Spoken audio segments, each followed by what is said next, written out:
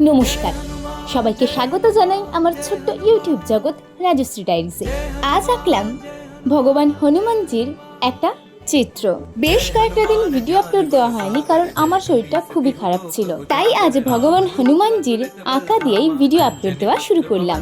হিন্দু পৌরাণিক কাহিনী বা রামায়ণ অনুযায়ী মহাবীর হনুমানজির মা হলেন দেবী অঞ্জনা এবং পিতা হলেন বনরাজ কেশরী। তবে পবন দেবের কৃপায় হনুমানজির জন্ম হওয়ায় হনুমানজিকে পবন পুত্র বলা হয়। এছাড়াও হনুমানজির অনেক নাম রয়েছে, যেমন অঞ্জনী সুত, রাম ভক্ত, মহাবীর, বজরংবলী, মারুতি, সংকটমোচন, কেশরী নন্দন, মহাকাল, সর্বায়ক। এছাড়াও হনুমান, যেটা আমরা প্রত্যেকেই বলি। পুরাতন ধর্মগ্রন্থ অনুসারে ভগবান হনুমান হলেন শিবের একাদশতম অবতার।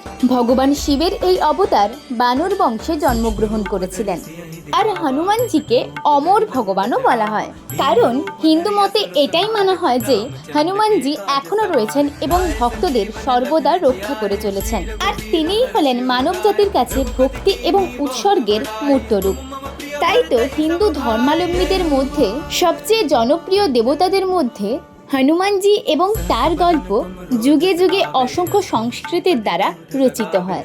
বজরংবলী হনুমান হলেন শক্তি, ভক্তি ও বুদ্ধিমত্তার প্রতীক। হনুমানজিকে ঘিরেই রয়েছে অসংখ্য আধ্যাত্মিক, দার্শনিক এবং ঐতিহাসিক তথ্য। আর তোমরা তো সবাই জানো, হনুমানজি এতটাই বলশালী ছিলেন যে বাল্যকালে তিনি আকাশে উদিত সূর্যকে লাল ফল ভেবে খেতে গিয়েছিলেন এবং এই দেখে সমস্ত দেবতারা অবাক হয়ে গিয়েছিলেন। হনুমানজি শুধুমাত্র শক্তিশালীই ছিলেন না, তিনি ছিলেন মহান জ্ঞানী। তিনি 4টি বেদ ও বহু শাস্ত্রে পারদর্শী ছিলেন।